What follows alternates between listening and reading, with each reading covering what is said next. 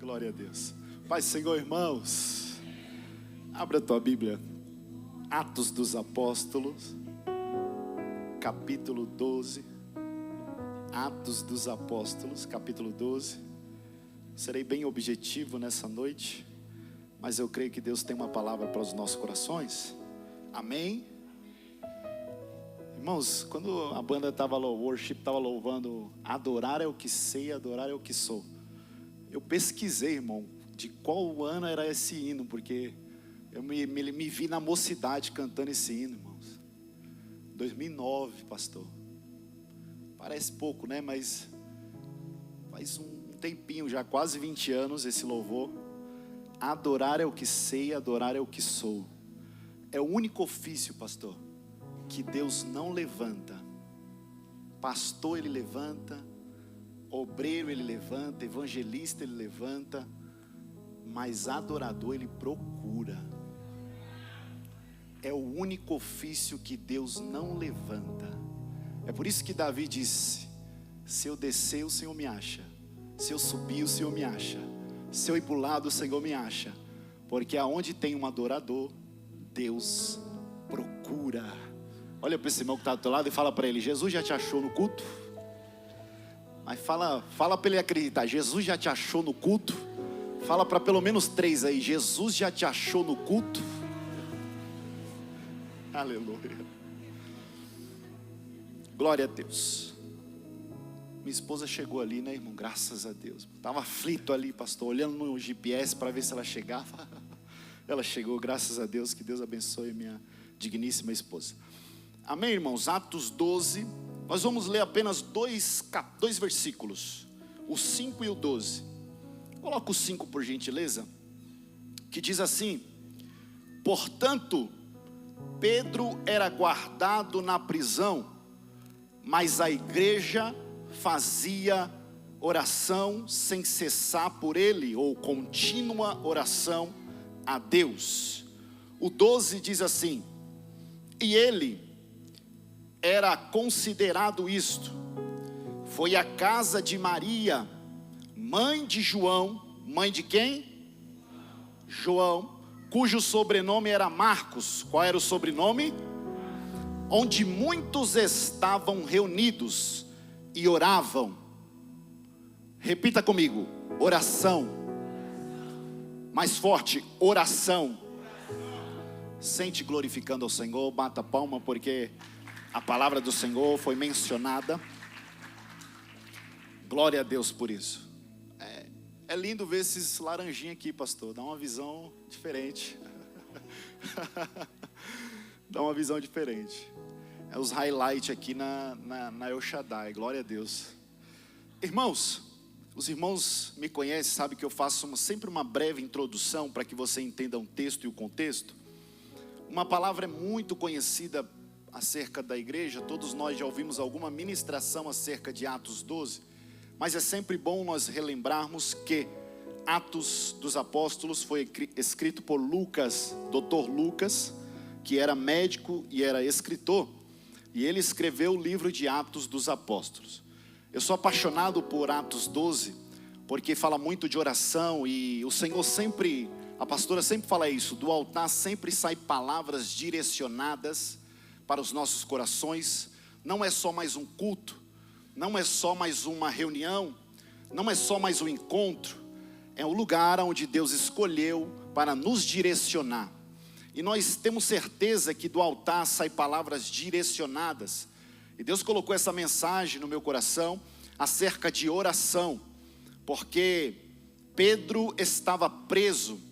A história que nós lemos, depois você lê em casa a narrativa de Atos dos Apóstolos, capítulo 12, você vai ver que Pedro ele está numa prisão. O que antecede a prisão de Pedro é a execução de Tiago, que era irmão de João.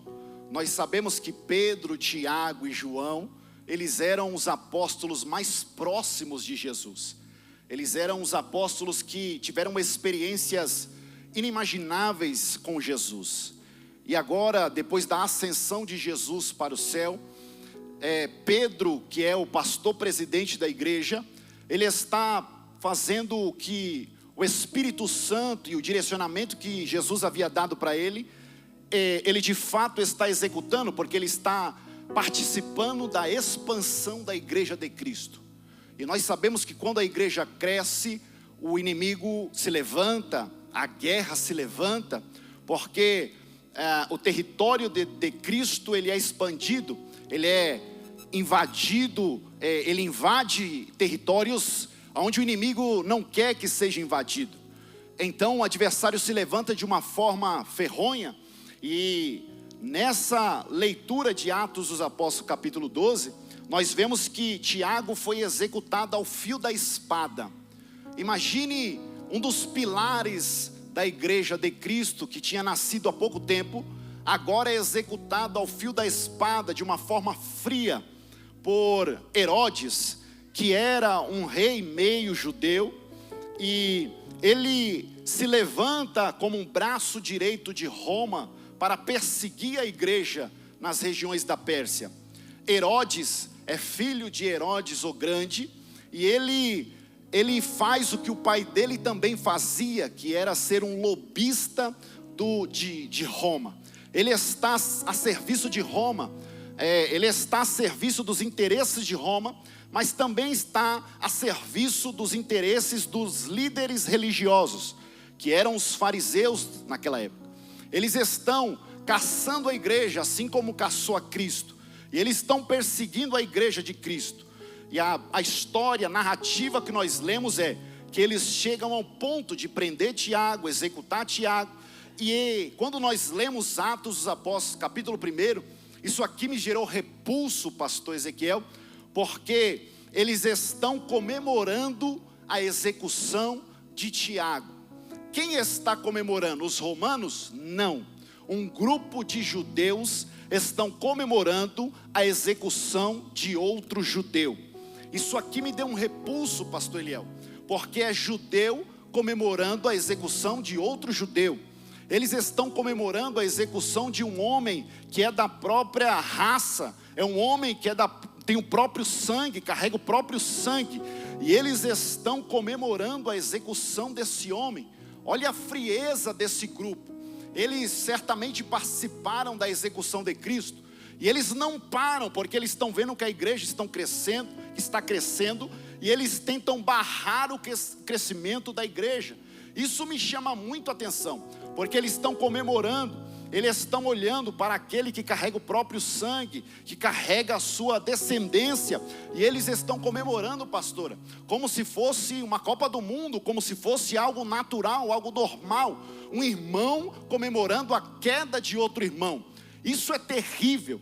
Ainda bem que não temos isso no século 21, graças a Deus por isso, que não tem irmão comemorando a queda de outro irmão. Graças a Deus que na nossa igreja e nas nossas igrejas, de forma generalizada, não temos irmão que comemora a queda de um irmão. Não temos irmão que está feliz que um irmão perdeu, que um irmão caiu, que um irmão se perdeu, ou que até um irmão morreu.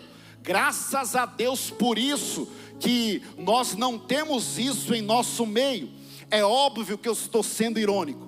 Infelizmente, nós temos em nosso meio um grupo de pessoas que ainda não entenderam que nós somos o corpo de Cristo, e o corpo de Cristo não exclui os membros do teu corpo. Na verdade ele abraça, na verdade ele acalenta, na verdade ele cuida. Ele não fica feliz, ele não comemora a queda de um irmão, ele não expõe a queda de um irmão. É por isso que eu amo a vida de Davi, pastora, porque Davi, ele era tão do céu, ele era tão de Deus, que esse homem, ele tocava para Saul, quando Saul estava endemoniado. Davi estava com a harpa, e ele tocava a harpa. Saul era liberto dos demônios, depois ele voltava a ter demônio. Ele pegava uma lança, e ele tentava matar Davi, pastor Eliel. Só que Davi não é de lança, Davi é de harpa.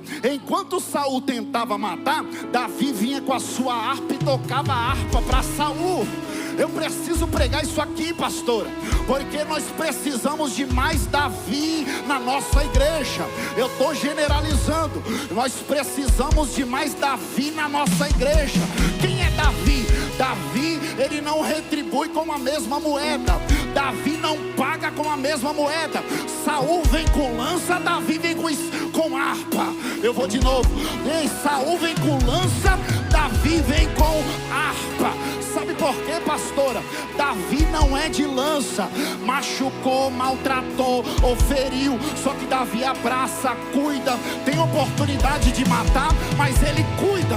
Tem oportunidade de bloquear, mas ele ajuda. Alguém liga para Davi e diz: Davi, Saul está de novo endemoniado. Ele tentou te matar semana passada. Você vai rejeitar o convite dele? Não, eu vou aí tocar harpa para Saul, porque eu sei que não é Saul. Eu sei que não é Saul, é o demônio que está tentando matar minha vida através de Saul. Deixa eu liberar uma palavra para você. Te maltrataram, te feriram, falaram mal de você. Só que tem uma coisa: você não é de lança, você é de harpa. Você não retribui com a mesma moeda. Te feriram, te machucaram, falaram mal de você, mas você tem harpa para tocar. Você não é Saul, você é Davi.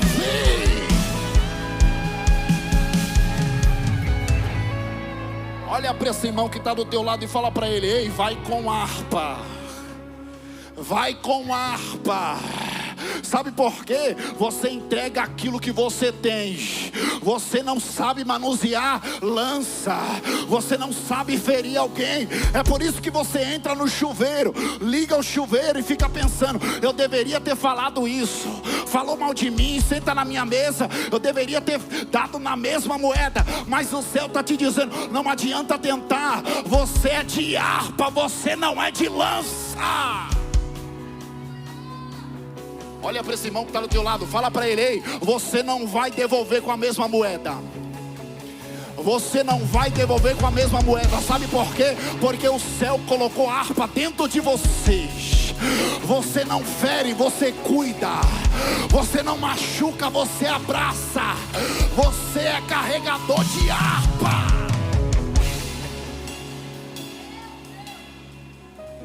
Olha isso aqui, pastor. Saul morreu. Pastor Eliel, Davi já estava com o exército. Davi vivia fugindo de Saul. Quando Saul caiu, a mensagem chegou para Davi.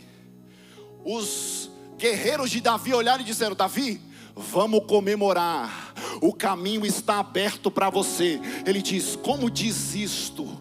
Não sabe que um príncipe caiu em Israel? O ungido do Senhor caiu. Vamos se entristecer e vamos abrir um luto pela vida de um ungido do Senhor. Nós precisamos aprender com Davi que nós não comemoramos a queda de ninguém. Nós precisamos aprender com Davi que nós não somos carregador de lança, nós somos carregador de harpa. Olha isso aqui, pastora. Caiu, o caminho foi aberto, mas ele não comemora. Davi entende que o que Deus colocou na cabeça dele é muito maior do que vingança. Eu vou avançar. Eles estão comemorando a queda de um homem que tem o próprio sangue. Eles viram que isso gerou popularidade e eles prendem a Pedro no período de pães ázimos. É uma festa que antecede o Pentecoste, pastor Mateus. E eles estão planejando executar Pedro da mesma forma que executou Tiago. Eles querem repetir o feito, só que agora com o pastor presidente da igreja. Só que, irmãos, deixa eu te falar uma coisa. Pedro carregava algo que Cristo entregou para ele, simbolicamente uma chave, que ela ia de encontro com as portas do inferno, e as portas do inferno não prevaleceriam. Pedro carregava algo, e isso gera algumas respostas da atitude de Pedro, porque Pedro é preso, Pedro está em um cárcere. Olha só o nível que o adversário se levanta contra a vida de Pedro. Eles colocam 16 soldados para prender um pastor de igreja, eles colocam 2 atados a ele em correntes, eles colocam 2 na porta para vigiar a porta, e eles revezam em turno de 4 horas, 16 soldados para manter Pedro preso, porque Pedro, ele já foi liberto pelos anjos da prisão em Atos 5. Pedro já havia sido liberto por anjos da prisão. Pedro, ele já havia sido libertado e já havia sido cuidado pelo Senhor em outra prisão. Então eles estão dizendo, esse camarada, ele carrega alguma coisa diferente. E deixa eu pregar uma coisa para você: o adversário sabe o que você carrega. De novo, o adversário sabe o que você carrega, e ele vai tentar te parar, ele vai tentar te barrar, ele vai tentar te matar, porque ele não brinca de ser diabo. Mas o sangue de Cristo te cobre. Eu vou de novo, o sangue de Cristo te cobre.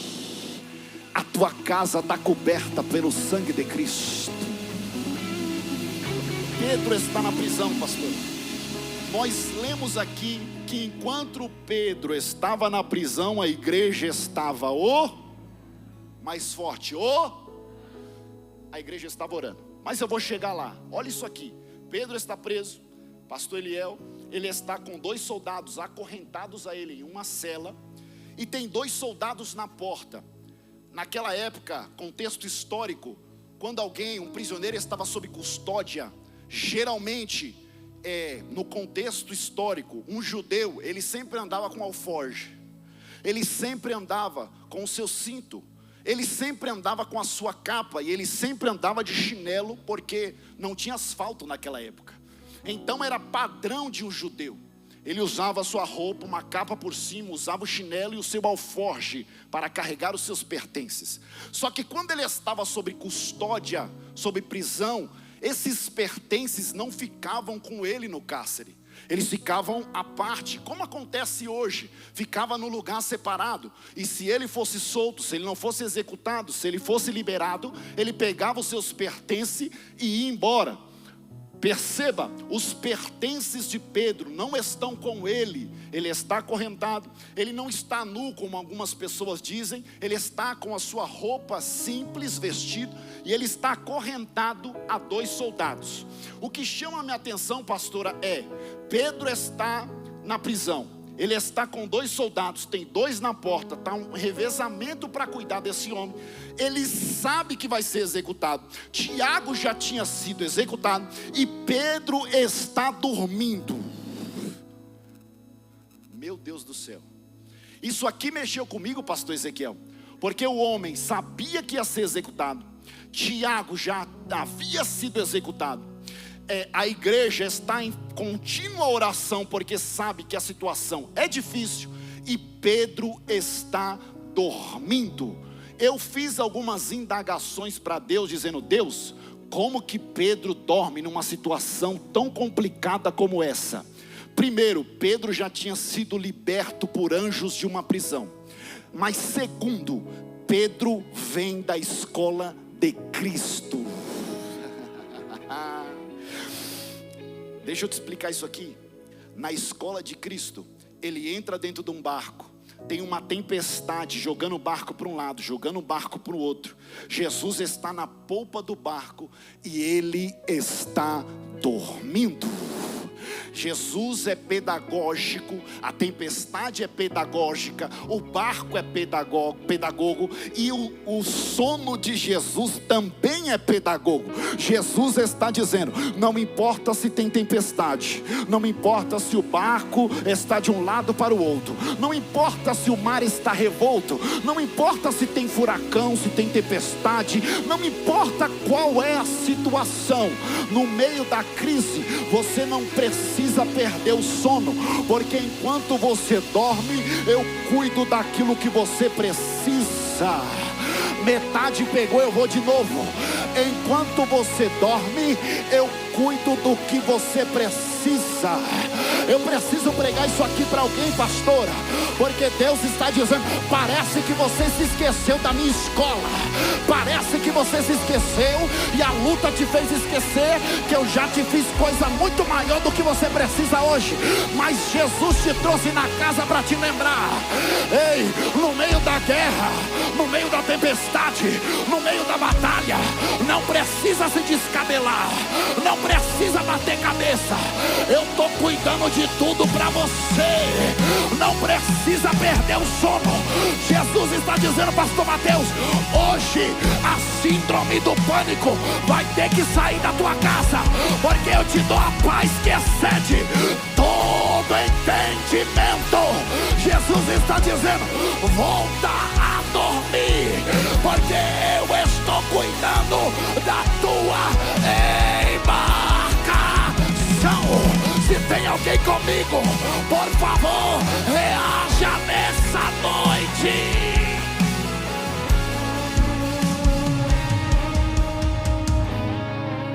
Eu estou sentindo uma graça aqui, Maef, porque o céu está dizendo: eu estou cuidando até do seu sono, eu estou cuidando de todos os detalhes. Não precisa perder o sono.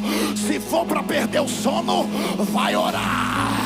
Se for para perder o sono, vai interceder. Se for para perder o sono, vai ler a Bíblia. Mas pode dormir tranquilo.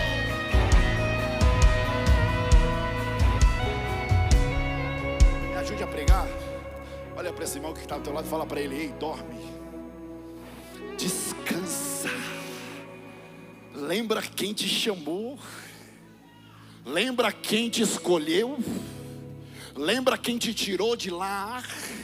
Ele está dizendo: eu estou contigo nesse barco, eu estou contigo nessa tempestade, eu estou contigo nessa peleja. Olha isso aqui, pastora. O anjo aparece. Olha isso aqui, pastor Fernando. O anjo apareceu. Pedro está dormindo. A Bíblia diz que o anjo teve que tocar em Pedro para ele acordar. Que sono pesado é esse? Ele estava tão pleno que o anjo teve que sacudir ele. Ei, Pedro, a corrente já tinha caído, ele estava lá dormindo. Mas olha isso aqui, pastora. Olha a abordagem do anjo. Pedro, coloca a sua sandália, coloca a tua capa nas costas, cinge os vossos lombos e segue-me. Eu arrepiei, pastora. Sabe por quê? Porque os pertences de Pedro não estavam com Pedro. Como que o anjo está dizendo: pega a tua sandália, pega a tua capa, pega os teus pertences, cinge o vosso lombo. Sabe por quê o anjo mandou Pedro colocar tudo de volta, pastora? É porque o anjo passou lá no almoxerifado de Herodes. Ai, ai, ai, ai, ai, ai, ai. O anjo passou lá no almoxerifado de Herodes e disse: deixa eu ver o que é de Pedro aqui, deixa eu ver o que é de Pedro aqui. Tem capa, tem alforje, tem sandália, tem cinto de Pedro. Eu sei que é de Pedro. Então tudo que é de Pedro vai voltar para a mão dele. Epa, eu não sei quem está pegando isso aqui, mas Jesus te trouxe nessa noite para dizer: Herodes não vai ficar com o que é teu. Ai, Herodes não vai ficar com o que é teu. Deus já deu ordem ao anjo dele para passar no almoxerifado de Satanás e devolver tudo que é teu. Tudo que é teu vai voltar para tua mão. Ai, meu Deus do céu, isso aqui vai virar agora, pastora Marcilene, porque Jesus está dizendo: eu não sei o que Satanás roubou de você. Eu não sei se ele roubou teu sono, eu não sei se ele roubou a tua casa, eu não sei se ele roubou teu filho, eu não sei se ele roubou a tua empresa. Mas hoje, no poder da palavra, vai voltar para tua mão. Vai voltar para tua mão. Se eu fosse você, eu já tinha levantado a mão, eu já tinha pulado da cadeira. Satanás, você não vai reter aquilo que é da igreja do Senhor.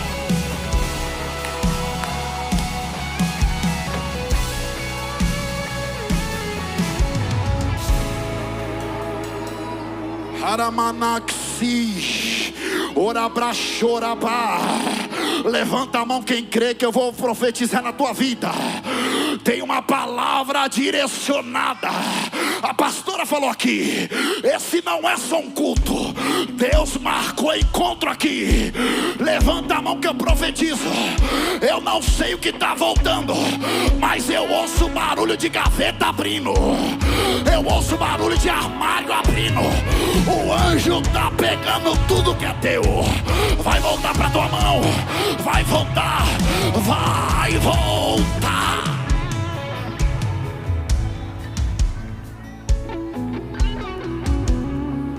Aleluias. Pastor Eliel, pega tudo que é teu e me segue. Olha isso aqui, irmão. Olha a palavra de comando que está saindo daqui do altar. Deus está dizendo: aquilo que é teu, o adversário não fica. Pastora, tem gente batendo cabeça, tem gente se descabelando dizendo: eu perdi, foi embora. Mas o Senhor está dizendo: está voltando para a tua mão, está voltando para a tua casa. Eu entregarei de volta o que é teu. Só que tem um porém: segue-me. O nosso problema é receber de volta aquilo que Deus nos devolve e se esquecer de seguir. Mas o céu está liberando uma palavra para você: tudo que é teu vai voltar, mas o altar espera que você o siga. Jesus espera que você o siga, porque tem direção para você. Olha isso aqui, pastor, preciso correr. Pedro levanta, meio atordoado. A Bíblia diz que ele não sabe muito bem o que está acontecendo, ele acha que é uma visão. Ele começa a seguir o anjo. Mas primeiro, a corrente caiu. Segundo, a primeira porta se abriu. Terceiro, a segunda guarda foi ultrapassada. Quarto, a porta de ferro se abriu. Não era porta comum, era um ferrolho. Naquela época era ferro puro. E pastora, a palavra do Senhor diz, se você ler depois, deixa eu colocar aqui, olha isso aqui. O 8 ele diz: cinge tudo. Aí no 9 ele diz: segue-me. Aí no 10, você pode colocar o 10 aqui? Não sei quem está lá. Olha isso aqui.